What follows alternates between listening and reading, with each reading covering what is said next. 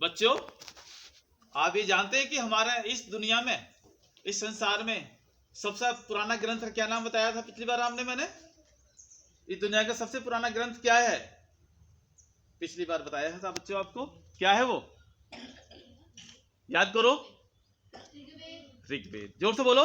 ऋग्वेद। हाँ, और ऋग्वेद सबसे पुरानी पुस्तक है। जितने भी धर्म हमारी दुनिया में बने हुए हैं, ठीक है, सबसे पुरानी पुस्तक वो है। उसके अंदर क्या लिखा है? मुख्य चीज मनुभाव। क्या लिखा है? मनुभाव। अच्छी तरह याद कर लो आप, क्या लिखा है? मनुभाव। उसका अर्थ क्या है मनुभाव का? मनुष्य बनो। क्या है? मनुष्य बनो। तो मनुष्य कब बनेंगे आप? जब मन को बस में कर लें। किसको? मन को बस में कर लें। जो व्यक्ति, जो मनुष्य मन को बस में कर लेता है, तो मन बस में हो गया तो वो देवत्व को प्राप्त कर सकता है, ठीक है, वरना नहीं कर पाएगा।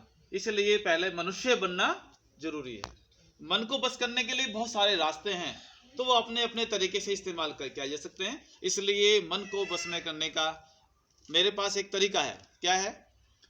मन कब बस में होगा? दुनिया में ऐसी कौन सी चीज है जिसको हम बस में कर सकते हैं? मन बस में नहीं होता। क्या नहीं होता? मन बस में नहीं होता। लेकिन एक चीज हमारे पास है, वो क्या है? प्राण। क्या है वो? प्राण। यदि हम प्राणायाम करें और उसका अभ्यास करें तो प्राण हमारे बस में क्या हो सकता है? प्राण बस में हो जाएंगे तो मन भी बस में हो जाएगा। इसलिए प्राणायाम क्रिया सबको करनी है, सबको सीखना है। यही एक तरीका है, और दुनिया में कोई तरीका किसी भी पुस्तक में आपको नहीं मिलने का, ठीक है, प्राणों का। इसलिए अब ध्यान ज्यादा देना है। दूसरा, जो मन बस में करने के लिए एक और विधि है, और शांत करना। कैसे करना? शांत करना। आज चारों तरफ हमारे तरफ अशांति फैली हुई है। क्या फैली हुई है? शांति। आप आराम से बैठ करके चिंतन नहीं कर सकते, सोच नहीं सकते, अशांति फैली हुई है। तो इसके लिए क्या करना चाहिए? हम संसार को तो शांत नहीं कर सकते, गांव में तो शांत नहीं कर सकते, पड़ोस को शांत नहीं कर सकते, घर भी शांत नहीं हो सकता, तो हम अपने आपे को तो शांत कर ही सकते हैं। क्या कर सकते हैं? अपने आपे को शांत कर सकते हैं। जोर से बोलो। अपने आपे को शांत कर सकते हैं। इसलिए आप एक चीज ध्यान रखना, जब हम छोटे थे तो एक चीज बताई जाती थी कि कितना बोलना चाहिए हमें?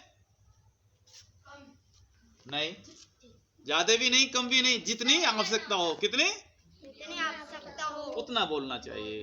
बिना मतलब के चिल्लाना, जोर जोर से बोलना, इससे हमारी एनर्जी लॉस होती है, एनर्जी कम होती है। हमको ज्यादा नहीं बोलना चाहिए। कितना बोलना चाहिए? जितनी आवश्यकता है। जहां शांत की जगह है वहां शांत रहना चाहिए, और जहां जोर से बोलना वहां जोर से बोलना चाहिए। लेकिन हमें अपने वॉल्यूम को, इसको क्या करना चाहिए? जैसे टीवी का वॉल्यूम कर लेते ना, तो कितनी आवाज चाहिए? ना, इतनी आवाज चाहिए बस। और ज्यादा होती है तो क्या बोलेंगे? ज्यादा हो गई। कम होगी तो क्या, थोड़ी सी बढ़ा लो यार, कम हो गई। इसी प्रकार से अपनी आवाज को, वॉल्यूम आपका सही रहना चाहिए। आपने घर पे कौन कौन चिल्लाते हैं, कौन कौन जोर से बोलते हैं बिना मतलब के? कोई है?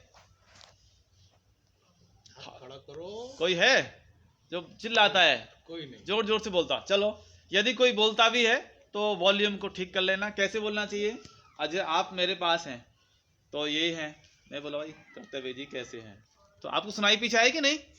नहीं आई ना, क्योंकि आपको सुनाई आई, इतना ही बोलना चाहिए। है बेटा? अच्छा, भैया चिल्लाते हैं, ठीक है, वो गलत है, उनको समझाएंगे। आपने चिल्लाना नहीं है। कितना बोलना चाहिए? हाँ। और भोजन कितना करना चाहिए?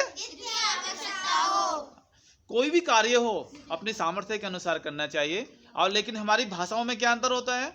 यदि हमारे पास कोई पास में बैठा हो तो हमें उतनी ही आवाज में बोलना चाहिए। यदि कोई दूर है तो थोड़ा आवाज बढ़ा दो, लेकिन ज्यादा दूर है तो चिल्लाना नहीं चाहिए। फिर उसके पास जाके बोलो या उसे बताओ या इशारा करो, लेकिन बिना मतलब के चिल्लाने से एनर्जी लॉस होती है। ये हमें नहीं करना है, ठीक? याद रहेगा? हाँ गार्गी जी, हाँ वीरा जी, हाँ भाई कर्तव्य जी, और नीतीश है, जोर से बोलते हैं। इतने अपने आराम से बोलना जितनी आपको आवश्यकता है, ठीक है? ठीक है भाई शिवाजी।